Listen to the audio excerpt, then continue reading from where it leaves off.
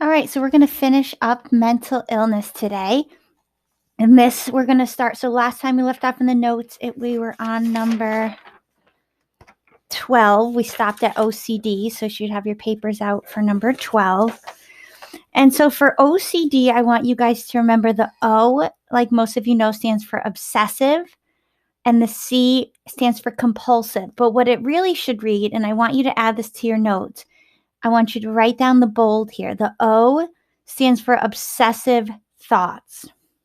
So write that down. The O stands for obsessive thoughts, which are disturbing thoughts or images that keep happening and happening. So O is for obsessive thoughts. And the C is actually for compulsive behaviors. So write that down for number 12. The C is compulsive behaviors, which are behaviors we do again, again, and again. So I want you to keep that in mind. Behaviors that we do again, again, and again. OCD, so I want you to have this part down too. OCD is only diagnosed when those compulsive behaviors, those behaviors we do again, again, and again, their purpose is to reduce those anxious thoughts, is to reduce those obsessive thoughts. So the O is obsessive thoughts, and the C is compulsive behaviors. And there's a lot of different diagnostic criteria for OCD, but the biggest part is if those compulsive behaviors reduce the obsessive thoughts. So, for example, a really common idea that people have heard of for OCD is people either, excessively washing their hands or checking and rechecking things. So those are the compulsion. If you look at this circle here, that's the compulsion. The behaviors are the compulsion. But we got to look back at the obsession. The obsessive thought may not be obvious. The obsessive thought could be like, oh my gosh, I'm going to die. I'm going to get sick and die. I'm going to get sick and die. Or it could be, oh my gosh, my house is going to catch on fire. My house is going to catch on fire. Or I'm going to hurt somebody. I'm going to hurt somebody. Whatever. We don't always know the obsessive thoughts unless you ask the person directly and they're honest with you. And those obsessive thoughts, if you look over here on the screen, they cause so much anxiety that people come up with these compulsive behaviors to calm them. That provides temporary relief until those obsessive thoughts happen again. So this is actually a pretty serious mental illness. It really disturbs most of your days. It takes up a lot of time and energy, and it's a cycle that keeps repeating itself. So I want to show you this video. It's a really good understanding of what happens, and let's hope you can hear it.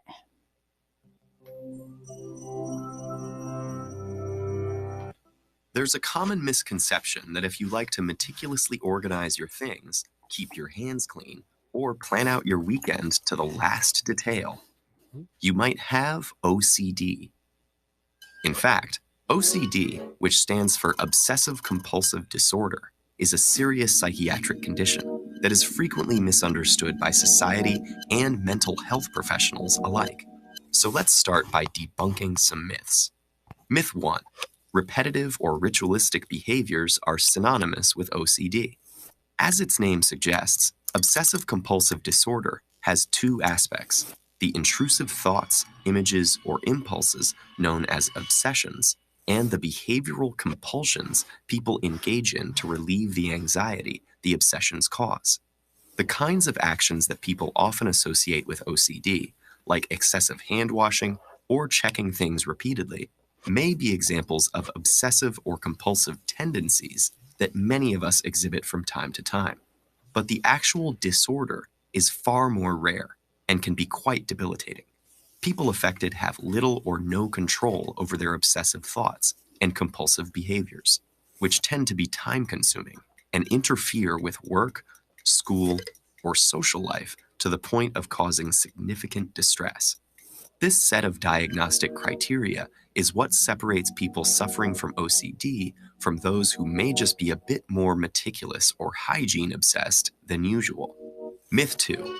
The main symptom of OCD is excessive hand washing. Although hand washing is the most common image of OCD in popular culture, obsessions and compulsions can take many different forms. Obsessions can manifest as fears of contamination and illness, worries about harming others, or preoccupations with numbers, patterns, morality, or sexual identity. And compulsions can range from excessive cleaning or double checking to the fastidious arrangement of objects or walking in predetermined patterns. Myth 3. Individuals with OCD don't understand that they are acting irrationally. Many individuals with OCD actually understand the relationship between their obsessions and compulsions quite well. Being unable to avoid these thoughts and actions, despite being aware of their irrationality, is part of the reason why OCD is so distressing. OCD sufferers report feeling crazy for experiencing anxiety based on irrational thoughts and finding it difficult to control their responses. So what exactly causes OCD? The frustrating answer is, we don't really know. However, we have some important clues. OCD is considered a neurobiological disorder. In other words, research suggests that OCD sufferers' brains are actually hardwired to behave in a certain fashion. Research has implicated 3 regions of the brain, variously involved in social behavior and complex cognitive planning, voluntary movement, and emotional and motivational responses. The other piece of the puzzle is that OCD is associated with low levels of serotonin, a neurotransmitter that communicates between brain structures and helps regulate vital processes such as mood, aggression, impulse control, sleep, appetite, body temperature, and pain. But are serotonin and activity in these brain regions the sources of OCD or symptoms of an unknown underlying cause of the disorder? We're going to talk more about this when we talk about drugs, but serotonin is the main idea when we're talking about either marijuana use or depression or anxiety. We probably won't know until we have a much more intimate understanding of the brain.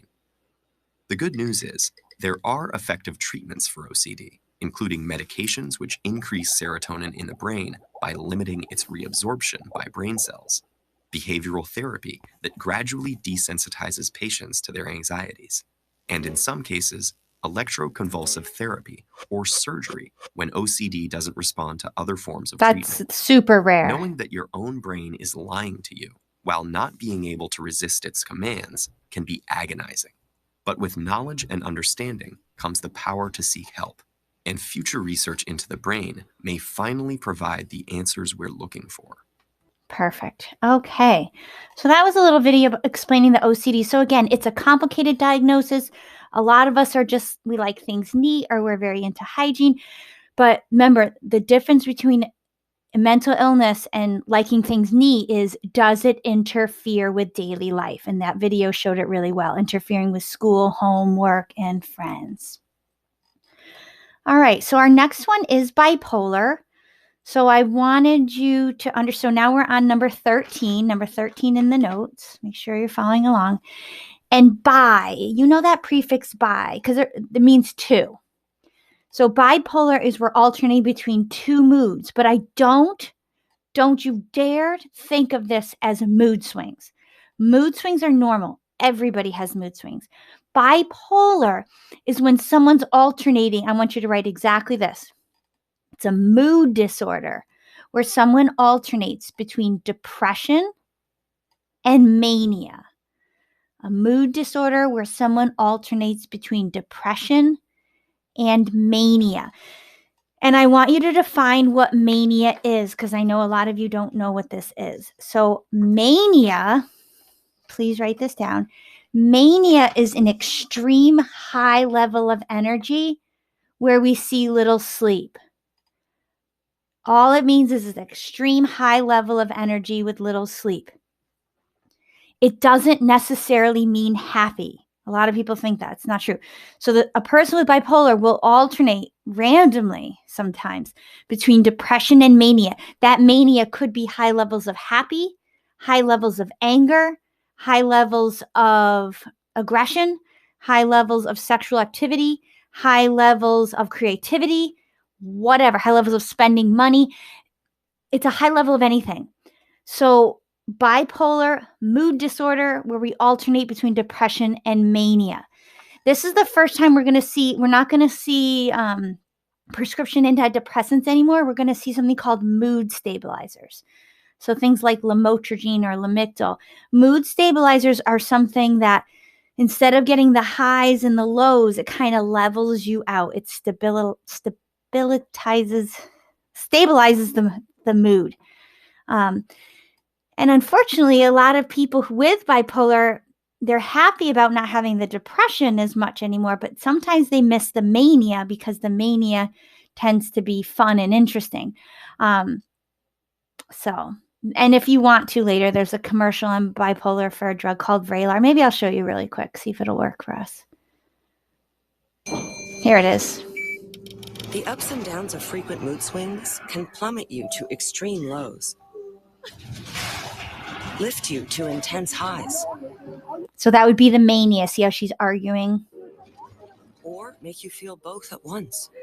Overwhelmed. So she's like compulsive shopping while she's crying. So she's in a kind of a hypomanic state. By bipolar 1 symptoms? Ask about Vraylar. Some medications only treat the lows or the highs. Vraylar effectively treats depression, acute manic, and mixed episodes. So I'm not promoting this drug, but I really like how they have this video here that it talks about what is bipolar. You have depression, you have mania, that really high level of energy, and sometimes you have these mixed episodes. So later on in the video, they show her like, oh my gosh, look what I've spent during my mania. And she looks at her receipts. Have an increased risk of death or stroke. Call your doctor about unusual changes in behavior or suicidal thoughts. Antidepressants can increase these in children and young adults. Report fever, stiff muscles, or confusion, So she sees like, oh my gosh, I've spent like $14,000. And so she goes back and returns the stuff. And it just kind of basically says, oh, the medicine helped her deal with that. So anyway, bipolar, again, I want you to know it's a mood disorder where we alternate between depression and mania. And I want you to know that mania is a really high level of energy. Okay, so that's bipolar. Now, the next one I want to talk about is schizophrenia. I want to spend a little bit of time on this one. So we're on number 14 in our notes now, schizophrenia. I want you, the big idea with schizophrenia is withdrawal from reality. So I'm writing this with you. Withdrawal from reality. So we have a split between what's really going on and what we think is going on. So with schizophrenia, I want you to write down that second bullet too, where we have hallucinations. And that's what makes it so hard. Is there really a cat there, or I am hallucinating that there's a cat there? Is it actually raining out? Is someone actually whispering in my ear or not? So hallucinations with schizophrenia. And these hallucinations can be visual. We can see them. They can be auditory. We can hear them. And sometimes we can even smell or touch or feel them. We can feel people touching us. Also, I want you to write down is that last bullet is grandiose thinking. So you may have people you've heard of being schizophrenic thinking that like the government is out to get them, or they're the next coming of Jesus, or they think that they're bigger in who they really are. And they can be very paranoid. So this picture is good. Hear voices, see things, feeling like someone's out to get them, fear of being controlled. And this is where we have more serious medication called antipsychotic drugs. And these drugs are super effective. The hard part is getting an adult to agree to take the drug, because remember, someone with schizophrenia, they often feel like they're being controlled or someone's out to get them. So even a loved one who's like, here, take this medicine because you're really hearing things, they might be afraid, oh my God, this person's trying to poison me. So when our reality is different than someone else's, we wonder who's accurate. So that's what makes it so tough about schizophrenia, is their reality sometimes isn't shared with what we have. Now, oftentimes it is, but there's blurbs of what's real and what's not. So I have an amazing 6-minute video that I want to show you here. And I want you to really pay attention. It's a video that was created by Janssen Pharmaceutical Company, which is a drug manufacturer that makes drugs for schizophrenia patients.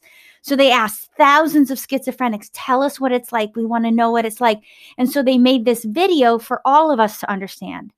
So in order for me to explain it, it's like a GoPro view. You can't see who you are, but you're you, and you're just kind of going around your house. The first 60 seconds is like a regular day. Pretend you do not have schizophrenia, and I want you to pay attention. What's the weather? What does the house look like? What does the newspaper headline say? And then the music will change. It'll go da da da da da. And then you'll hear a thunderbolt lightning. And then you're going to wake up again. And this time you're waking up as if you have schizophrenia. Okay, so here we go. Here we go. Here we go. Facilitator. So this is just check out, observe your house. So just a regular day.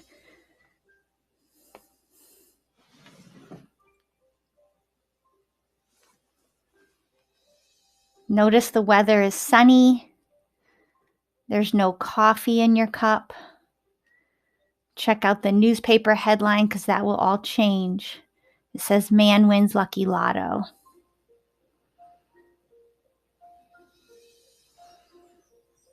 And the weather's nice.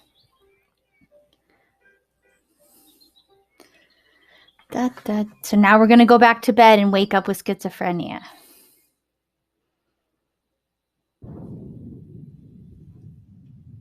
Worthless. He's waking up now. Oh, the phone woke him up. Don't answer. They'll know who you are. You're a waste of space. Why are you so stupid? A waste of our time. Stupid. So stupid. Worthless. We hate you. He's gonna pick up the phone. They'll know if you lie. Rain. It's Something rain. wrong. Weather. Pizza. Poison.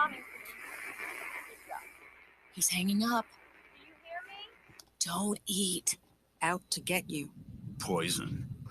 They know about you. Karen was Poison. rolling when an armed gunman entered the convenience store on 14th Street. The suspects were described as medium in stature with a slightly youthful demeanor. Anyone with information about this incident is urged to contact They the know. authorities. They know about you. And in other news, officials have closed the northbound Time for lane meds. Don't do that. due to a water main break. Repair crews are on the scene. Now here's a story out of Chicago from last night.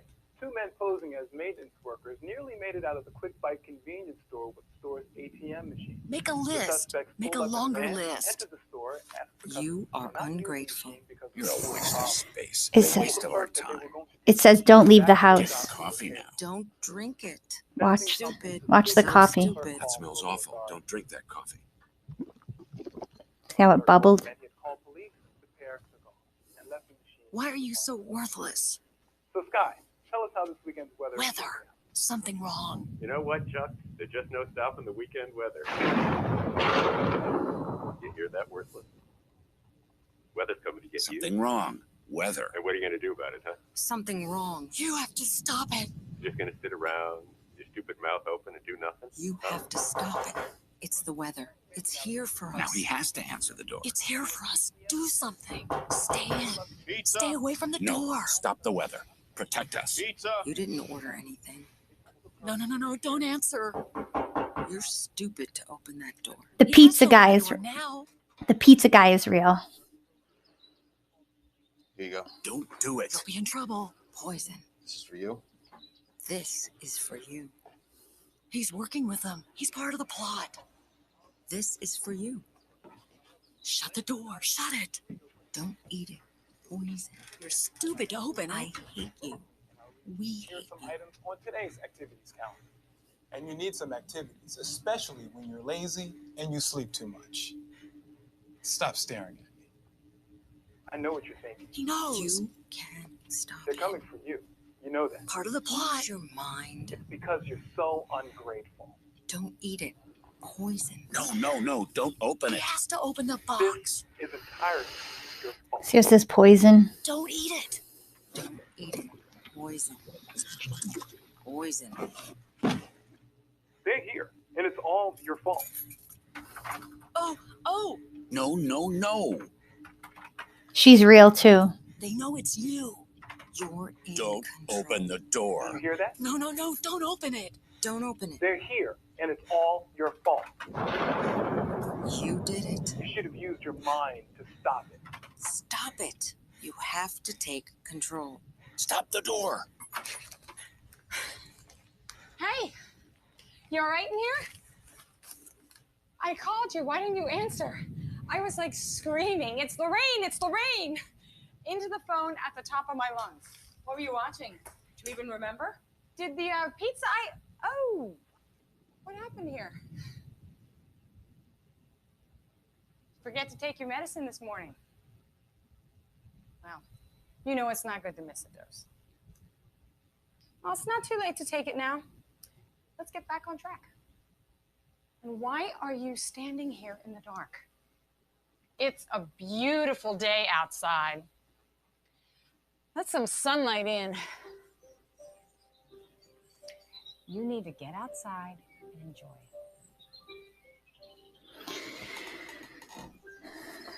it. Okay. This So, experience is Oops. intended to heighten your awareness of the conditions affecting break. okay. Whoops. No, Natalie, does- stop. All right. So I love that video because it gives you a really good idea. Come on. It gives you a really good idea of what people with schizophrenia are dealing with. So if you think back, the first hallucination you actually heard, does anyone know? It was the thunder. There was never a thunderstorm, and yet throughout that whole video, you kept hearing thunder booming. Sometimes the video was talking to him, the TV rather, and sometimes it wasn't. You heard two distinct voices, a man and a woman, kind of either talking to him with really negative self-talk or about him. And a lot of suspicion, like they're out to get you. They know it's all your fault, a lot of guilt. They know about the plot, all that stuff. So it's pretty sad. And then you saw the visual hallucinations of the coffee boiling and the pizza boiling. There's oftentimes a thought that they're being poisoned. So a pretty serious mental illness. This one is usually the first one we talk about that we're finding more and more evidence that it's biological, that it's hereditary, that there's really not much we can do that we know of to prevent it, but we definitely can highly manage it with treatment. People who are on antipsychotic drugs for schizophrenia will stop hearing the voices. And every once in a while, if they do hear a voice, they'll know it's one of their hallucinations. So that's the good news. We do have effective treatment. All right, that's schizophrenia. Let's move on to seasonal affective disorder. Number 15 in the notes now.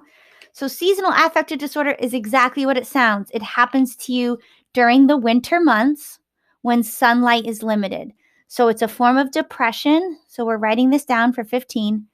Depression that occurs when sunlight is limited, especially in winter.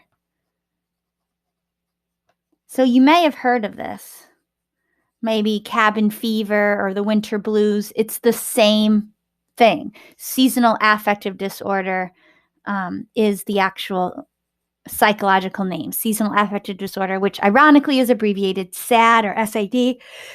This is the depression that happens during the winter months. So the good news is highly treatable. In fact, one of the best treatments is vitamin D, because the reason we get into a funk during winter is because most people aren't outside very often. And if they are, it's at the dark. And we make vitamin D mostly when we're exposed to sunlight. So if you're not getting outside and vitamin D starts to drop, so does the mood. So this one, we can just take vitamin D supplements, make sure we're getting outside. And there are these special sun lamps. They're kind of expensive, though. They're like $200 to $400 to help get that. It's not a tanning lamp. It just gives that same wavelength of light as the sun. So that's seasonal. I want to talk to you about number 15, self-harm. And I know this topic can be tough to talk about, but the thing I want to focus on is getting understanding of this and why people do it and how we can help people. So that brings us here. So if we get the definition down, the definition of self-harm would be hurting oneself without the desire to die. Hurting oneself without the desire to die. So basically what we're saying here is using physical pain to dull the emotional pain. And we're not talking about this necessarily being a good idea, but if you can understand why people use substances like alcohol and marijuana to sometimes numb out or deal with their pain, then you can understand this. If we think about being in life, and let's say you were really mad at someone and you stormed off after yelling at them, and you're storming off, and on your way out away from them, you stub your toe. In the rock, paper, scissors of physical pain versus emotional pain, what is your body going to pay attention to in that moment once you stub your toe? It's going to go right to your toe. And for that moment, you're going to forget like what you're so mad about, and you're going to be like, ow, my toe, my toe. It's kind of a similar notion here. When people are overwhelmed, and you can see the little chart here, when people are overwhelmed and they're suffering, they feel overloaded. They start to panic, and then that's where the self-harm can come in. You can change self-harm to substance use. You can change it to eating disorder. You can change it to video gaming. You can change it to anything. And then that behavior provides temporary relief until the shame comes in, until the embarrassment comes in, until the, that whole guilt and grief. And then the suffering comes back, and it's just a vicious cycle. So the important thing here, I made a link here in case you wanted to check it out further. How to help a friend who might be self-harming. There's a whole bunch of info there for you to check out. But basically, the short version is just try to be there to listen. You don't have to agree with it, but we want to be there and support them by listening and gently encouraging them to seek help. Offer to go with them to seek help. Hey, I know, my guidance counselor is really easy to talk to, and I'm happy to go with you. Or, I know Miss Record knows how to help us. Let's go see her. But we don't want to dismiss or ridicule or make fun of them. We don't need to use logic right now. That people who have mental illness aren't stupid. They know the behavior isn't right. They know it's not necessarily a good thing. So we don't need to add shame and guilt on top of the shame and guilt they're probably already feeling. So, and don't, promise me you'll stop. This isn't about you. This is about them getting the help they need. So just like you would help somebody who had a broken bone or fell down and hit their head, we want to get people help that they need. And the best help here at school is our 5 guidance counselors and our 5 social workers. And they are our first line of defense for mental health issues. Okay, so for ADHD, this is number 16. There's basically, that's how we write it now, ADHD, Attention Deficit Hyperactivity Disorder. And there's 3 main types: inattentive, impulsive, and hyperactive. And you can have 1, 2, or all 3 types. And the interesting thing about ADHD, there's 2 things. One, there's a lot of stereotypes. When we say, someone has ADHD, a lot of us assume, it must be a male, it must be a boy, and he must be, acting like the class clown. And that's not necessarily the case at all. The inattentive type, the impulsive type, and the hyperactive type look different depending on the person. So some people with the inattention have a tough time paying attention, but they might not look it. They might look like they're looking at you, but in their mind, they're off thinking about other things. The impulsive ADHD, they tend to act before thinking it through. So they may say things before they think it through. They may do things before they think it through. And the hyperactive type, this is another one that people sometimes confuse. Hyperactivity might be behaviors, but it also might be hyperactivity in their mind. So you might have someone who's sitting perfectly still in class, but their brain activity is hyperactive. So they're over focusing. They're, getting lost in whatever they're thinking about for time on end because they're so fixated on something. So the theory is there's not enough dopamine in the prefrontal cortex. This is why if you do get prescription medication for ADHD, we actually use stimulant drugs, which a lot of people are like, stimulants? Why would you give someone with ADHD who's already hyperactive a stimulant drug, which just makes someone hyperactive? Well, the thing is, what stimulants do is they increase dopamine in the prefrontal cortex. So for people without ADHD, stimulants might give that increased energy. For people with the hyperactive ADHD, that would actually settle them. That would actually allow them to focus on a task. So it kind of has that opposite, or what we call paradoxical effect with people with ADHD. However, the good news is you don't have to be on medications, because there are some serious side effects with prescription stimulants, things like tolerance, things like withdrawal, headaches, loss of appetite, things like that. But the good news is you can figure out what you need. Because for those of us with ADHD, with an actual diagnosis, not a self-diagnosis, but an actual diagnosis of ADHD, we have to figure out what helps us focus.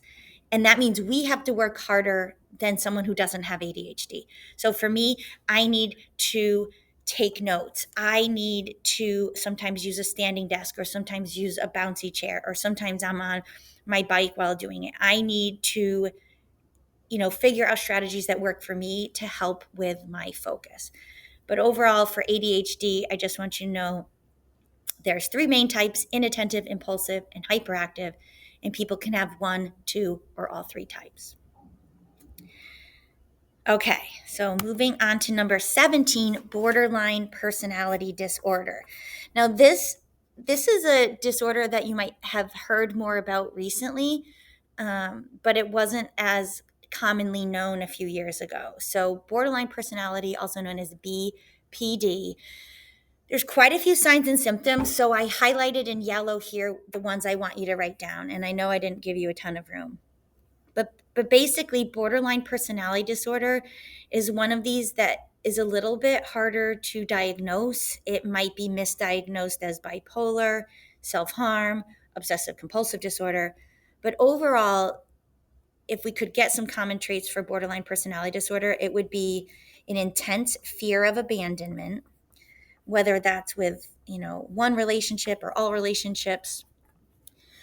This person might have a very unstable or not confident in who they really are, and they may mirror the behaviors and likes and dislikes of people that they care about. There tends to be this all or nothing, black or white thinking, like I either like you or I hate you. You either are in love with me or you don't want anything to do with me, and things are either right or wrong, which makes it really difficult to have a relationship with people who have this, because there's a lot of gray in life. It's not always yes, no, right, wrong, love, hate. There's a lot of in between. They may have very intense moods. So they may go from explosive anger or very serious depression, or just kind of very empty feeling, or incredible hostility towards people. They often will self-sabotage their relationships. So as much as they fear abandonment, they may do things to cause people to turn against them and be like, I can't have a relationship with you. It's too much. Or they may engage in really destructive behavior. So things that could hurt a relationship, or things like self-harm or disassociation, where they're kind of out of it. The good news is, as always, there's effective treatments. The first part is, though, getting a proper diagnosis, which does mean you need to be really honest with your therapist or your physician who you're talking to about your symptoms. But dialectical behavior therapy, which is a more intense form of therapy, which basically teaches people how to live in that gray area, how to deal with both and two things that are seemingly opposite being true versus all or nothing, yes or no, black or white. There's prescription mood stabilizers, which are different than antidepressants, that can kind of stabilize those extreme emotions. And sometimes if it's really extreme, we do need hospitalization to get us stabilized, and then we can better diagnose and better treat, and then get some skills before, returning to our normal environment. So that's what we mean by borderline personality disorder. Okay, so now we're going to enter into eating disorders. And again, I totally understand and appreciate how triggering this topic can be. But again, this is about bridging understanding, not dwelling in the behaviors necessarily. But regardless if you have an eating disorder, a substance use, self-harm, depression, anxiety, whatever, all these disorders have to do with feelings. It's really not about logic. It's not about right or wrong. It's people have really tough feelings. And at some point, if we don't learn healthy ways to deal with our feelings, we're going to try to figure something out in our environment to help us. Sometimes people turn to disordered eating. But for number 18, I want you to write eating disorders are really about feelings. So right there in big yellow. All of these disorders are really about feelings, but especially with eating disorders, because we tend to get weird when people are engaging in disordered eating. We're like, why don't you just eat something? Or, hey, you really shouldn't eat that. People with mental illness aren't stupid. They know the nature of the problem. It's not about logic. It's about those inner feelings. So regardless of which eating disorder you have, I'm just going to talk about the three main types: anorexia, bulimia, and binge eating disorder. Regardless of which one we're talking about, I want you to know this, like I call it the three-prong approach. Because when we treat an eating disorder, there's three main pieces we need. First, because we're messing around with eating, we have to deal with stabilization of blood sugar. So the first one is we often need some sort of doctor or hospitalization to stabilize blood sugar so we can actually talk things through and think and reason. Because if we think about Maslow's hierarchy, food and blood sugar, that's basic. So let's stabilize us there. Then for number 2, we need some form of psychotherapy. So we need to get really honest and figure out what's really going on, because it's not about food, it's not about weight, it's not about body image, it's deeper than that. What is really going on inside our hearts? So we have to be really honest. What is the underlying issue of anxiety or depression? And then we can treat that. If we need an antidepressant, we can treat that. And then the third part, which I always argue can be the hardest part, is nutrition therapy. The biggest difference with eating disorders versus other addictive behaviors like OCD, self-harm, substance use. If we're in recovery from self-harm or substance use, recovery means we don't use the substance, we don't self-harm. But with eating disorders, we have to eat every day. So that's what makes eating disorders so difficult to treat, is how am I going to deal with essentially my trigger, food, or the lack of it, or too much of it, or the getting rid of it? How am I going to deal with my food every single day, multiple times a day, to get back to a healthy life? So we have to actually relearn how to eat.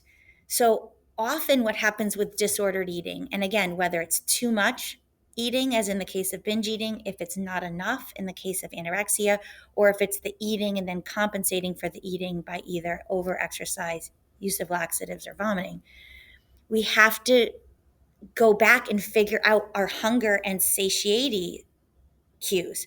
How do I know when I'm hungry? How do I know when I'm full?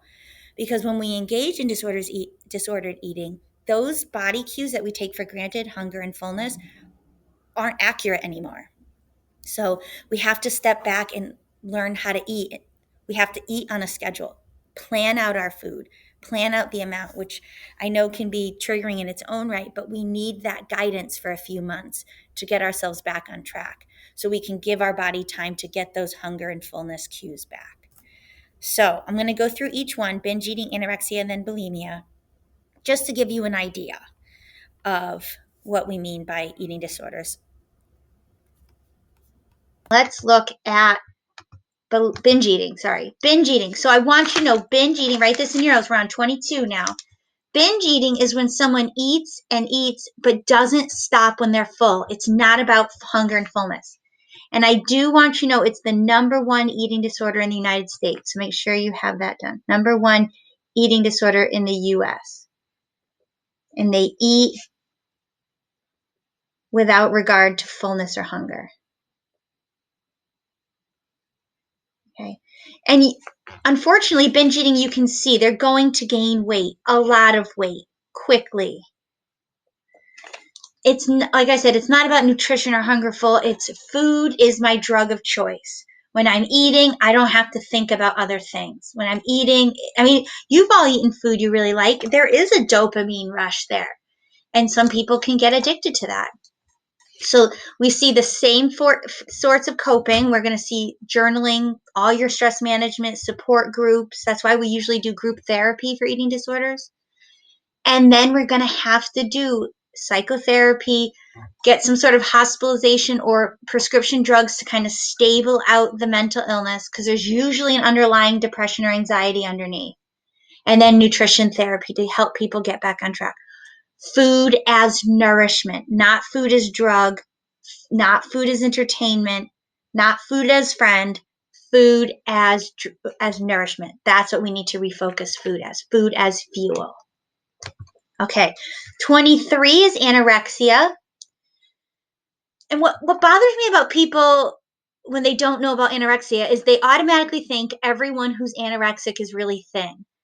That's not true. That makes no sense. People have to be ill for a long time to get thin. So we have people who are ill and we don't notice it because they're not emaciated yet. So anorexia, and it's not about not eating. It's about not eating enough or restriction. So that's what I want you to write. Not eating enough. Very few calories. Way less than we need to survive. They're limiting their food intake. And this is the deadliest mental illness. I want you to know that this is no joke. Deadliest mental illness. It always bothered me. I've heard this so many times over the years where people are like, oh, I wish I could be like a little bit anorexic. Absolutely not. Would you ever say, I wish I could have a little bit cancer? So we don't, that's not appropriate. This is the deadliest mental illness. This is deadlier than suicide, believe it or not. Because when you don't eat, you eventually die. It's a pretty quick equation. Not only that, but as you're starving, your body starts to shut down. Your heart, your brain, your liver, your kidneys, your bones and muscles start to be destroyed. When your body needs calories, if you're not putting them in your mouth, it's going to start to take it from the body. So this is an extremely dangerous illness. So I encourage all of you to seek help for any of these eating disorders as soon as you possibly can. Again, it's the same treatment. In fact, there's the New England Eating Disorder Program. It used to be at Mercy, and now it's out of Sweetser. But if you ever end up there, you will see binge eaters, anorexics, bulimics, eating disorder not otherwise specified. You will see people of all shapes and sizes, of all genders, of all ages. So this picture on the bottom left here, that's a man. Because I want you to know, men get anorexia too. It's not just a woman thing. Anyone with a body can get an eating disorder.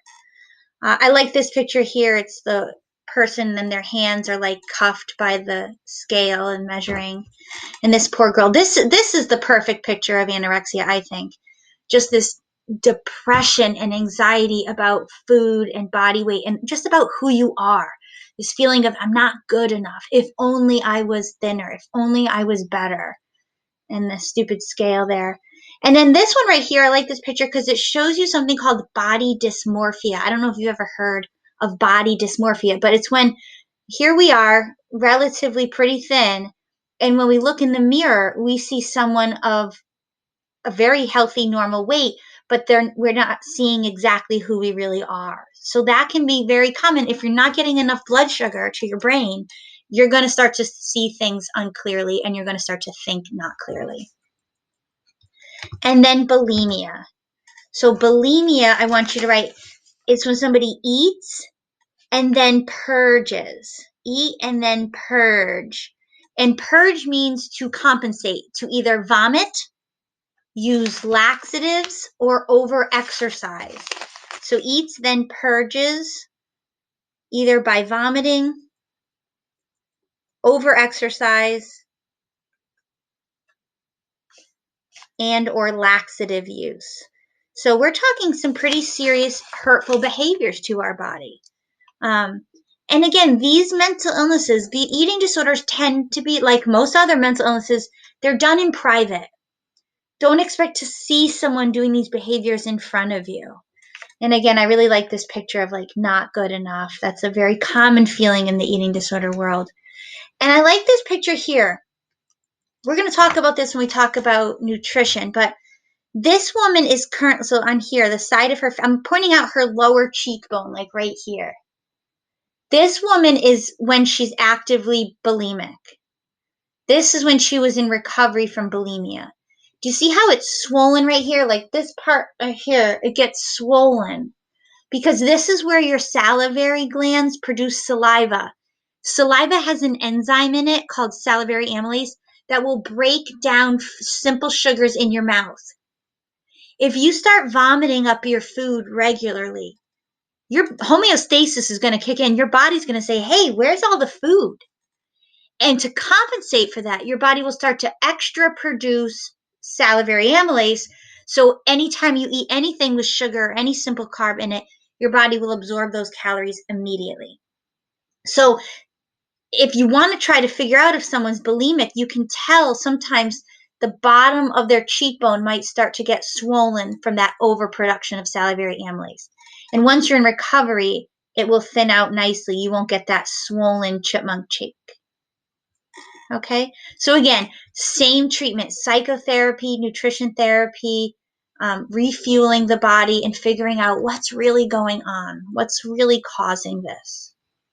Okay, so that's our overview on eating disorders. If you guys ever have questions, please reach out to me. Please talk to me, email me.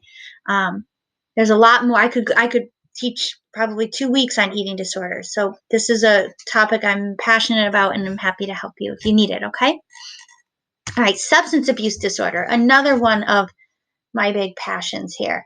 So we're going to write this down. This one's a big one. So for 25, substance abuse disorder, I want you to write this first thing right here.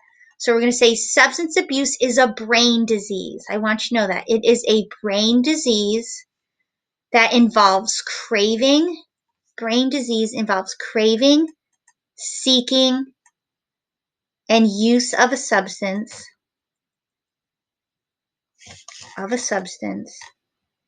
Despite harm. Despite harm. And it lasts for substance abuse, it lasts for about 3 months or more. And you're going to start seeing at least 3 of these.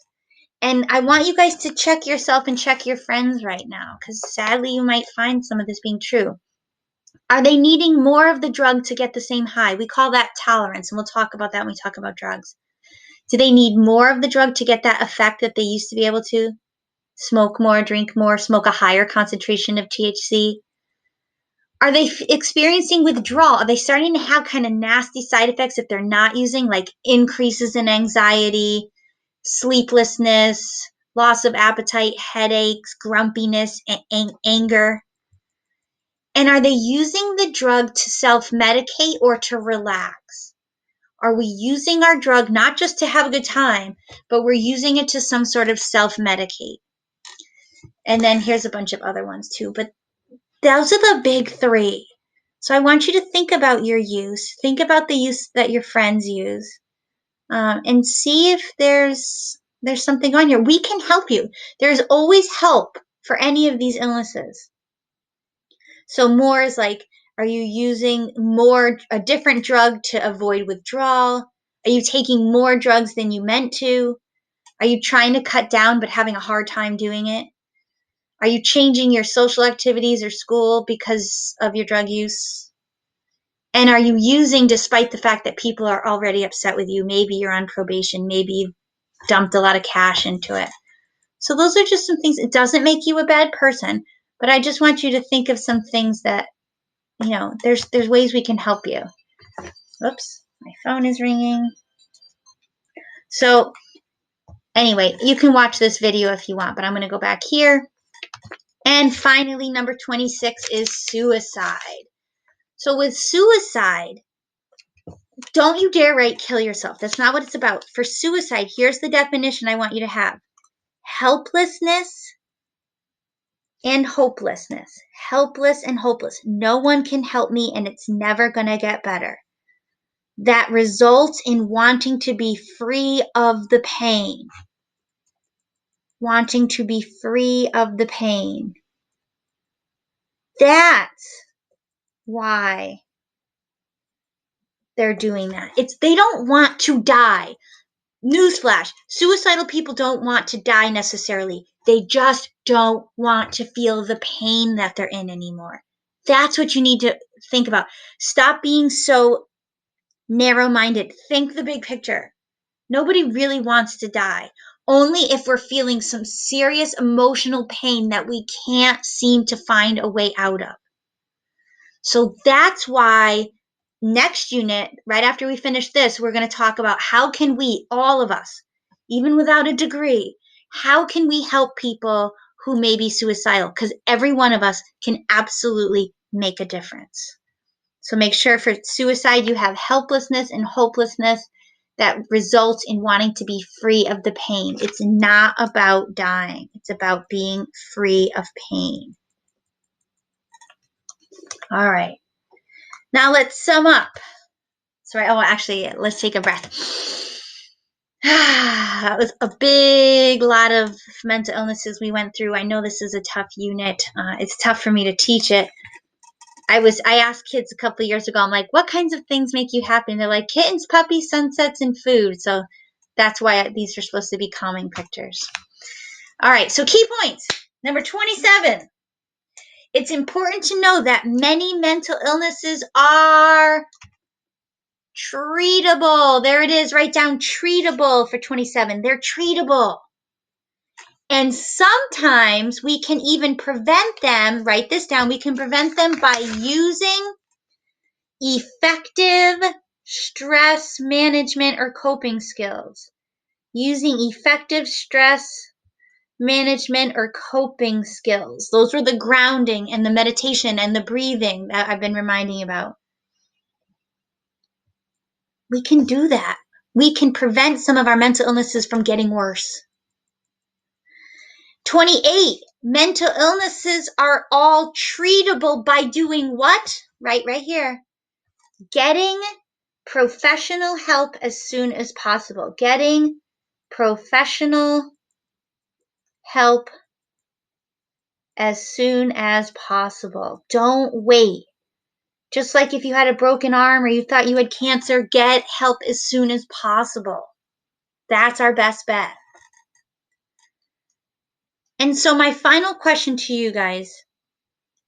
So if you're worried about someone, let's say you're worried about someone, your best friend, a parent, a sibling, a loved one, somebody. You're really worried about their mental health.